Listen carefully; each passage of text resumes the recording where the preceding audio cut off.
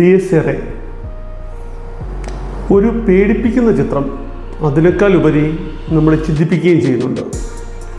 പ്രണവ് മോഹൻലാലിനെ നായകനാക്കി രാഹുൽ സദാശിവൻ സംവിധാനം ചെയ്ത ഈ ചിത്രം ഒരു വിജയ ചിത്രമാണെന്ന് തിയേറ്റർ റെസ്പോൺസിൽ നമുക്ക് ഉറപ്പിക്കാം. സിനിമ കണ്ട് പേടിച്ച എനിക്ക് സത്യം പറഞ്ഞാൽ ഇതിൻ്റെ റിവ്യൂ പറയാനും ഒരു പേടിയാണ്. ഏതെങ്കിലും എലിമെൻ്റ് കയ്യിൽ നിന്ന് പോയാൽ ഈ സിനിമയുടെ കാര്യങ്ങൾ നമ്മൾ പുറത്ത് പറഞ്ഞതുപോലെയാവും. അത്രയ്ക്ക് നല്ലൊരു സിനിമയാണിത്. പേടിയെ എങ്ങനെ ഉപയോഗിക്കണം എന്ന് ഇത്രയും അറിയാവുന്ന ഒരു സംവിധായകൻ മലയാള സിനിമയിൽ ഇല്ല എന്ന് ഉറപ്പിച്ച് പറയാം. കാരണം അദ്ദേഹത്തിൻ്റെ മുൻ ചിത്രങ്ങളായ ഭൂതകാലവും പ്രമേയവും എല്ലാം നമ്മളെ പേടിപ്പിച്ചു. എന്നാൽ അതിൽ നിന്നെല്ലാം തികച്ചും വ്യത്യസ്തമായി ഒരു ചിത്രമാണിത്. നമ്മൾ ഇതുവരെ കണ്ടിട്ടുള്ള പ്രേതകഥകളെല്ലാം എന്ന് പറയുന്നത് ഒരു പഴയ വീടും അതിനകത്ത് കുറച്ച് പേടിപ്പിക്കുന്ന എലിമെൻറ്റും എല്ലാം വെച്ചിട്ടുള്ളതായിരുന്നു. എന്നാൽ അതിൽ നിന്നെല്ലാം തികച്ചും വ്യത്യസ്തമായാണ് ഈ ചിത്രത്തിൽ കൂടി സംവിധായകൻ നമ്മളെ പേടിപ്പിക്കുന്നത്. പിന്നെ എടുത്തു പറയേണ്ടത് പ്രണവ് മോഹൻലാലിൻ്റെ അഭിനയം തന്നെയാണ്. ഓരോ സിനിമ കഴിയുന്തോറും പ്രണവിൻ്റെ അഭിനയം കാണുമ്പോൾ നമുക്ക് തോന്നും ഇതാണ് പ്രണവിൻ്റെ ഏറ്റവും ബെസ്റ്റ് കഥാപാത്രമെന്ന്. എന്തായാലും ഇതിനേക്കാൾ ഈ മുൻ അഭിനയിച്ച സിനിമകളിൽ നിന്ന് ഏറ്റവും ബെസ്റ്റ് ഏതെന്ന് ചോദിച്ചാൽ ഇത് തന്നെയാണ് എന്ന് ഉറപ്പിച്ച് പറയാൻ കഴിയും. ഒരു നല്ല സംവിധായകൻ്റെ കയ്യിൽ ഒരു നല്ല നടനെ കിട്ടിയാൽ അതെങ്ങനെ ഉപയോഗിക്കണം എന്ന് സംവിധായകനും അറിയാം, ആ സംവിധായകൻ എന്താണ് ഉദ്ദേശിക്കുന്നതെന്ന് നടനും അറിയാം. അതിൻ്റെ ഉത്തമ ഉദാഹരണമാണ് ഈ സിനിമ. പ്രണവിനോടൊപ്പം ഇതിലൊരു മുഴുനീള കഥാപാത്രമാണ് ജിബിൻ ഗോപിനാഥ് ചെയ്തിരിക്കുന്നത്. നമ്മൾ ട്രെയിലറിൻ്റെ എല്ലാം റിവ്യൂവിൽ പറഞ്ഞതുപോലെ ജിബിൻ മലയാളത്തിൻ്റെ ഭാവി വാഗ്ദാനം തന്നെയാണ്.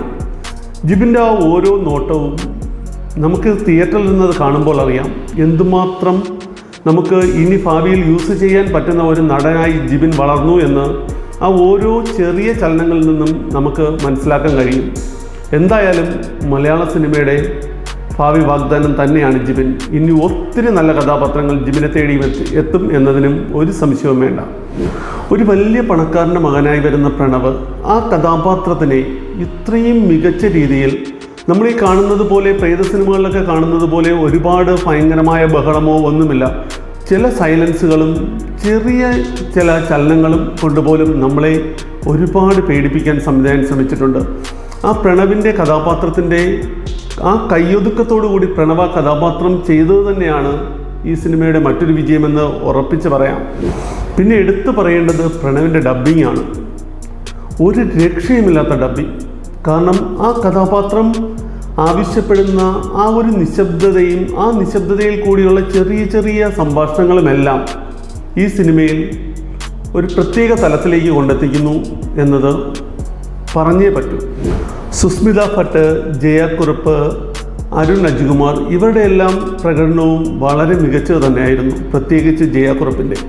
അത് ഈ സിനിമ കണ്ടാലേ നമുക്ക് അറിയാം വളരെ കുറച്ച് കഥാപാത്രങ്ങളെ വച്ചിട്ട് എങ്ങനെ ഒരു മനോഹരമായ ചിത്രം ഉണ്ടാക്കാം എന്നത് തന്നെയാണ് സംവിധായകൻ ഇവിടെയും കാണിച്ചിരിക്കുന്നത്. സംവിധായകൻ്റെ മറ്റു സിനിമകളിലും എല്ലാം വളരെ കുറച്ച് കഥാപാത്രങ്ങളെ ഉണ്ടാവും. പക്ഷെ ആ കഥാപാത്രങ്ങളെല്ലാം സിനിമ കഴിഞ്ഞു പോകുമ്പോഴും നമ്മുടെ കൂടെ വരുന്നത് തന്നെയാണ്. ഇതിവിടെയും ഒരു വ്യത്യാസവുമില്ല, അത് തന്നെയാണ് സംഭവിക്കുന്നത്. ഈ സിനിമയിൽ നമ്മളെ പേടിപ്പിക്കുന്ന ഒരുപാട് എലിമെൻറ്റുകളുണ്ട്. ആ എലിമെൻറ്റുകളിലെല്ലാം നമ്മൾ പേടിക്കുന്നുണ്ടെങ്കിൽ അതിൻ്റെ ഒരു വലിയ ക്രെഡിറ്റ് കൊടുക്കേണ്ടത് ക്രിസ്റ്റോ സേവിയറിന് തന്നെയാണ്. ഭ്രമയുഗത്തിലൊക്കെ ഓരോ രംഗങ്ങളിലും നമ്മൾ പേടിച്ചിട്ടുണ്ടെങ്കിൽ അവിടെയും ഈ മ്യൂസിക് ഡയറക്ടറുടെ സംഭാവന തന്നെയായിരുന്നു. ഇവിടെയും തികച്ചും വ്യത്യസ്തമല്ല. സിനിമയുടെ ആദ്യം മുതൽ അവസാനം വരെ ആ ഒരു ബാക്ക്ഗ്രൗണ്ട് സ്കോറ് നമ്മുടെ പല തലത്തിലേക്ക് കൊണ്ടുപോകുന്നുണ്ട്. ചില സമയത്ത് വളരെ സൈലൻറ്റ്, ആ ലാസ്റ്റ് ക്ലൈമാക്സ് സീനിലൊക്കെ ഉള്ള ഒരു പ്രത്യേക തരം ഒരു മൂഡിലേക്ക് നമ്മളെ കൊണ്ടുപോകുന്നതും ഈ മ്യൂസിക് ഡയറക്ടറിൻ്റെ കഴിവ് തന്നെയാണ്. എന്തായാലും ഒരു വലിയ കൈയടി കൊടുക്കേണ്ടത് ക്രിസ്റ്റോ സേവിയറിന് തന്നെയാണ്. പിന്നെ എടുത്തു പറയേണ്ടത് ഷഫീഖ് മുഹമ്മദ് അലിയുടെ എഡിറ്റിംഗ് ആണ്. ഈ സിനിമയിൽ നമ്മളെ പിടിച്ചിരുത്തുന്നത് ഒരു വലിയ പങ്ക് വഹിച്ചിരിക്കുന്നത് എഡിറ്റിംഗ് തന്നെയാണ്.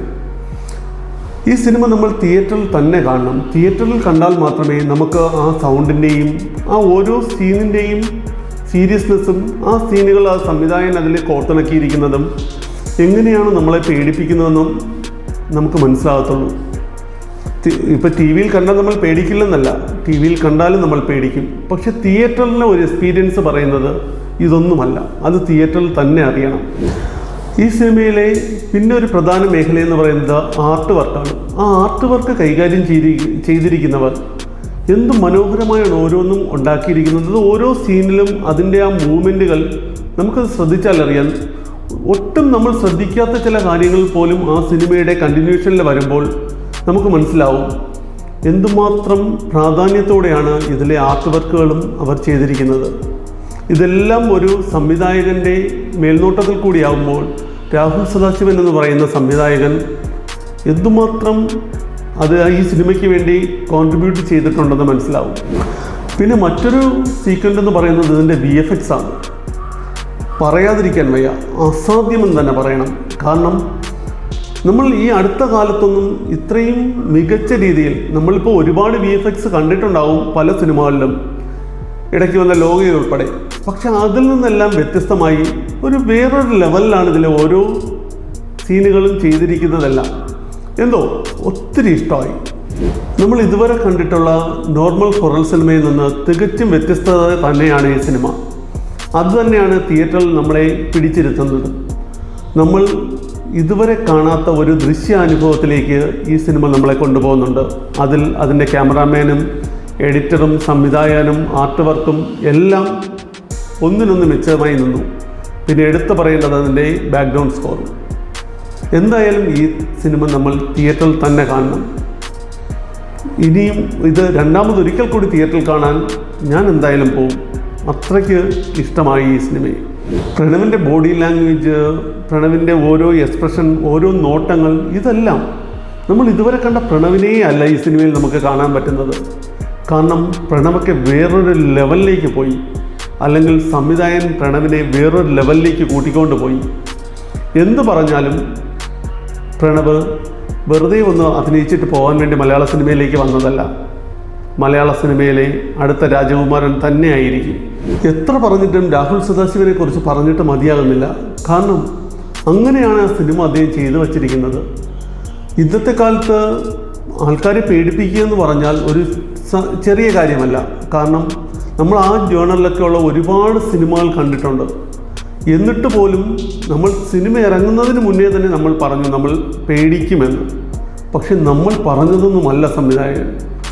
എങ്ങനെ ആൾക്കാരെ പേടിപ്പിക്കാമെന്ന് വളരെ വ്യക്തമായി മനസ്സിലാക്കിയിരിക്കുന്ന ഒരു സംവിധായകൻ. പ്രത്യേകിച്ച് അദ്ദേഹത്തിൻ്റെ കഥയിൽ ഒരു രക്ഷയുമില്ലാത്ത സംവിധാനം. തിയേറ്ററൊക്കെ വളരെ സൈലൻ്റായിട്ട് നമുക്ക് അത് തിയേറ്ററിലിരുന്ന് നിറഞ്ഞ സദസ്സിലിരുന്നത് കാണുമ്പോഴേ മനസ്സിലാവും. വളരെ സൈലൻ്റായിട്ടിരിക്കുന്ന തിയേറ്ററിൽ പെട്ടെന്ന് ചില പേടിപ്പിക്കുന്ന രംഗങ്ങൾ, ചില മൂമെൻറ്റുകൾ, അത് എങ്കിലും ഭയങ്കര റിച്ചായിട്ട് ചെയ്തിരിക്കുന്ന ഒരു സിനിമ. എങ്കിൽ ഒരുപാട് കഥാപാത്രങ്ങളില്ല, വളരെ ചുരുക്കം കഥാപാത്രങ്ങളെ വച്ച് ഇങ്ങനൊരു മനോഹര ചിത്രം സംവിധാനം ചെയ്ത രാഹുൽ സദാശിവന് തന്നെയാണ് ഒരു ബിഗ് സല്യൂട്ട്. ഷെഹ്നാദ് ജലാലിൻ്റെ ഫോട്ടോഗ്രാഫി അത് പറയാതിരിക്കാൻ വയ്യ. ഓരോ സീനുകളും അത്രയും മനോഹരമായാണ് ഒപ്പിയെടുത്തിരിക്കുന്നത്. ആ സീനുകൾ എഡിറ്റ് ചെയ്തതിൻ്റെ രീതിയും എല്ലാമാണ് നമ്മളെ ഈ സിനിമയിലേക്ക് കൂടുതൽ ആകർഷിക്കുന്നത്.